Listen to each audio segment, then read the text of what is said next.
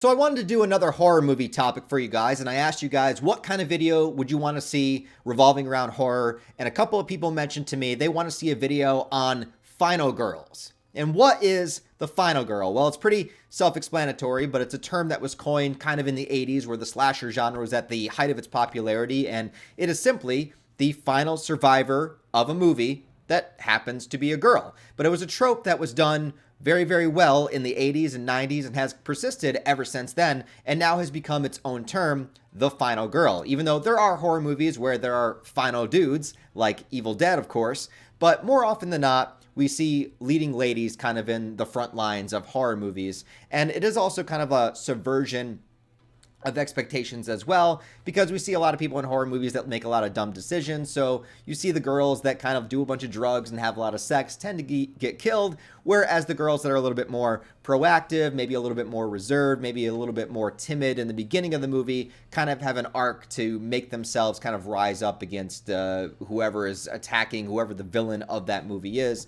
Now, it is commonly shown in the slasher genre, but it's not beholden to that. It can be in just any film where there's a final survivor who is a girl. So I'm going to run down my top 10 final girls. Most of these names are ones that you would expect because it's kind of hard not to choose some particular characters that are on this list. I tried to pick a few that maybe aren't on other people's lists, but I mean, the top ones are probably going to be the top ones. Also might have a few controversial takes here. I don't really know. But this is going to be my top 10 final girl list. So go ahead and put your top 10 list down below. Let me know what you think of my list, all that kind of stuff. But let's get right into it. Now, originally at my number 10, I had the girl from the movie It Follows. I forget the character name off the top of my head. I would have looked it up before the video, but I ultimately did not choose it.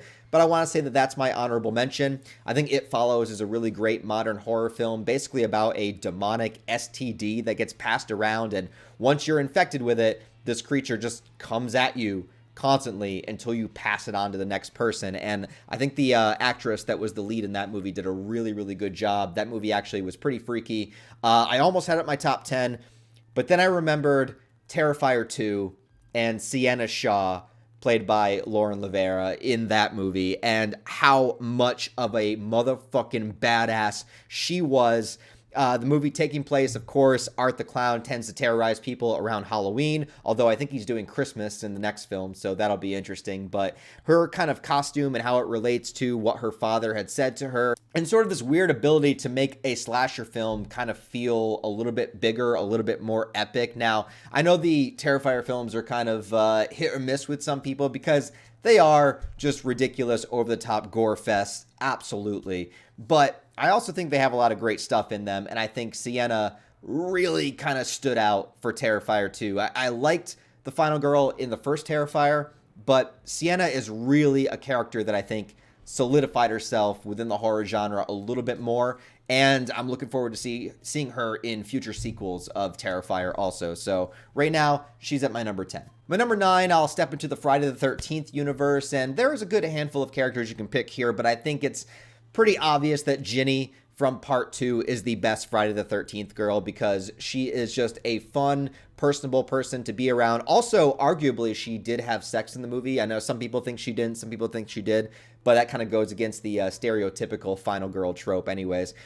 She just seems like she's a really cool person to be around. Also, she is able to kind of like figure out the mentality of what somebody that was stuck in the woods that saw their mother die, like what Jason was. She kind of like was able to deduce that just from being a rational-minded person, and it all comes back into play at the end of the movie where she puts on the sweater. You know, she has that iconic scene in Jason's little cabin with the severed head of Pamela Voorhees, and all that stuff comes from that movie. She hacks Jason up with a machete, and she manages to survive. I mean, she's not in any of the other movies, which sucks, but she lives, so that counts for a lot, especially when you're up against Jason. My number 8 pick is going to be controversial. I'm going to pick Laurie Strode. And a lot of people would say that that is way too far down the list for Laurie Strode. She's absolutely iconic. You know, the Halloween series is one of my favorite horror franchises of all time, but I actually have another Halloween character pick here that I'm going to talk about later.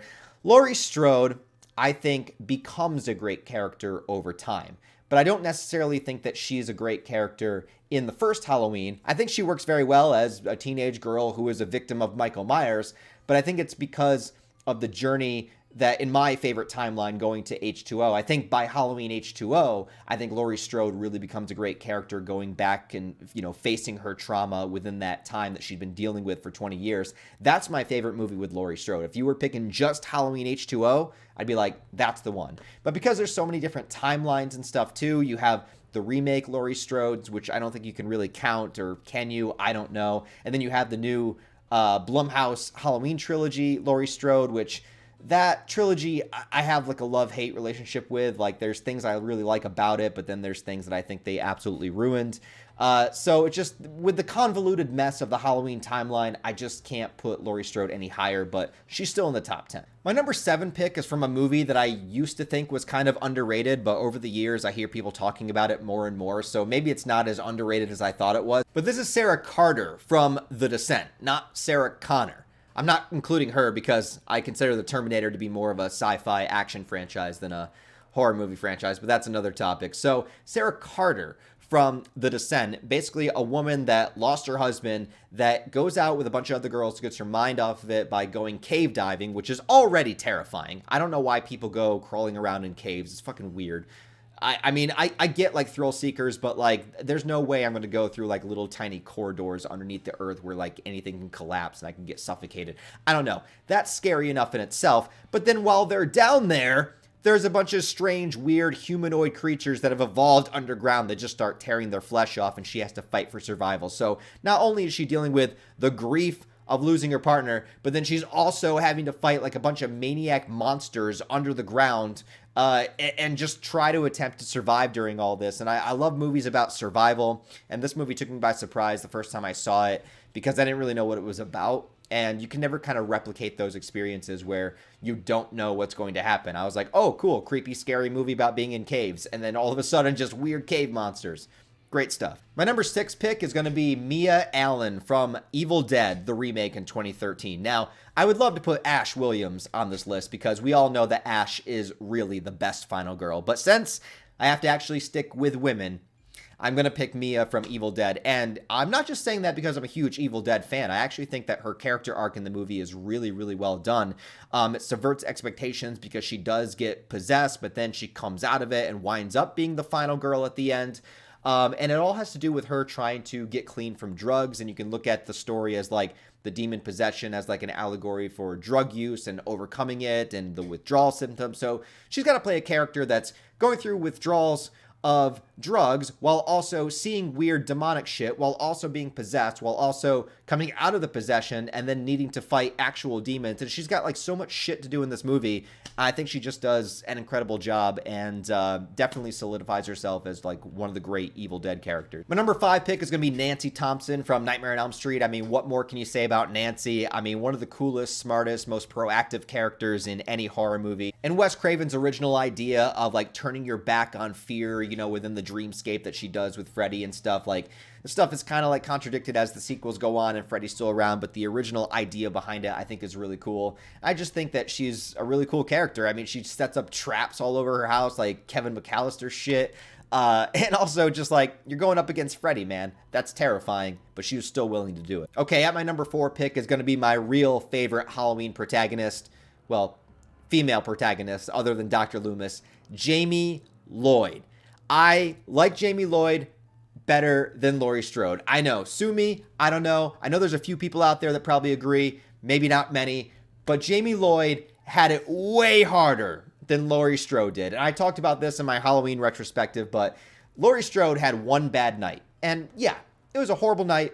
It would give you PTSD the rest of your life, I'm sure. But Jamie Lloyd's entire existence is nothing but absolute traumatic misery 24/7. Okay, her parents die in a car accident when she's a tiny girl. She gets an adoptive family. Then all of a sudden, her serial killer uncle comes back to life, comes back to Haddonfield, starts killing everybody around her. She starts to develop this telepathic link between him where she actually is like overcome by the evil for one moment and stabs her foster mother. Then her foster sister is also killed by Michael Myers. Then she has to be chased around by him, almost murdered by him multiple times, and then she gets abducted by a motherfucking cult and held captive until she's a teenager and forcefully impregnated. Then when she escapes, she has to hide her baby in a random bathroom while she tries to run away from Michael Myers, who stabs and impales her on farm equipment, that she dies a miserable, horrible, disgusting death before she even reaches the age of 20. Which I guess would mean not a final girl since she does die, but she's the final girl in a couple of the movies. Listen, I want justice for Laurie Strode. We're rebooting all the timelines of Halloween. Let's reboot it again. Bring back Jamie Lloyd. Sorry, Jamie, is that what I said? I don't know. Listen, justice for Jamie Lloyd, man. She deserves better. Let's reboot the timeline again. Let's try to give her like at least a little tiny morsel of happiness. All right, maybe. My number 3 pick is another one of my favorite horror movies of all time. It's actually my number 3 favorite horror movie of all time. And my number 3 favorite final girl is Kirsty Cotton from Hellraiser. Now, Hellraiser is a strange franchise because it gets really, really bad. And it's also not really a slasher franchise, even though it gets kind of pinned in that group. But it's really not, especially the first movie. But she has to deal with a lot of crap. Again, very smart, very proactive. Was able to make a deal with the Cenobites about finding Frank, and then Frank kills her father, takes his skin. She got to deal with all that shit. She got to solve a puzzle box under pressure, and like, I don't know about you, but I'm not good at solving puzzles. So like, you know, trying to solve a puzzle while there's like 4 Cenobites trying to kill me, that's got to be hard. Also, she survives 3 movies. So there you go. My number 2, obviously relevant to my most recent retrospective on the Alien franchise, it's got to be Ellen Ripley. I mean, what more can you say about this character that hasn't already been said? I think she has an incredible character arc going through 2 movies, even to 3 movies, you could say. And though she does die in the 3rd movie, but like Nancy dies in a sequel. I mean, if you're in a sequel, you're probably going to die. But the original film, she survives, and she has this whole character arc that flows into Aliens, and this sort of like maternal protection vibe. And I think that everything done with her character from the beginning of Alien to the end of Aliens, I think really just helps her evolve, not from just a survivor, but into like a hero. You know what I mean? Like, she really reaches hero status by the end of that movie. The face-to-face confrontation with the alien queen. What more can you say about Ripley? And the number 1 pick might not necessarily be my favorite character of all these characters, but I don't think that you can make a final girl top 10 list and not have Sidney Prescott at number 1. I just don't think it would make any sense. She is, I think, the definitive final girl at this point. And it's ironic because final girl was already a trope before Scream was made. But, you know, you survive Scream. You survive your boyfriend at the time subverting the tropes again because they do have sex, and then also trying to kill you and trying to get vengeance on you for your mom being a hoe. Dude, it gets nuts. But not only that, but she survives the first movie. She survives the second movie, having to deal with this bullshit again, and her boyfriend that she thought might have been the killer gets killed in that movie, so she's got to deal with that shit. Going into the third movie with weird familiar family bonds, you know, being your killer, and then years later, coming back in the fourth movie, surviving again, and then in the fifth movie, surviving again. And she wasn't in Scream 6, but she's still canonically alive. And if you are a final girl in a slasher franchises that survives for 6 movies over the course of like 20 some years, while also just being a great fun character to begin with and then becoming more badass over time, I mean, how do you not put Sidney at number 1? I just don't, you know, there might be other characters that are more seeped within like our kind of understanding of what a final girl is because they've been around longer. The character's been around longer. But if you look at the continuity and the canon of their respected series, Sidney is just, she's the one. She's just, there's no one else. Like, she's number 1. Anyways, guys, that is my top 10 list of top 10 final girls. Let me know your top 10 list down below. Let me know what you think of my list, how much it sucks, how much you agree with it. Does Jamie Lloyd deserve better? I think so. If you want to, go ahead and subscribe to the channel as well. And if you want support on a deeper level, I do have a Patreon, channel memberships, merch store, and all the social media links where you can follow me down below. Thanks for watching, guys. I'll talk to you next time.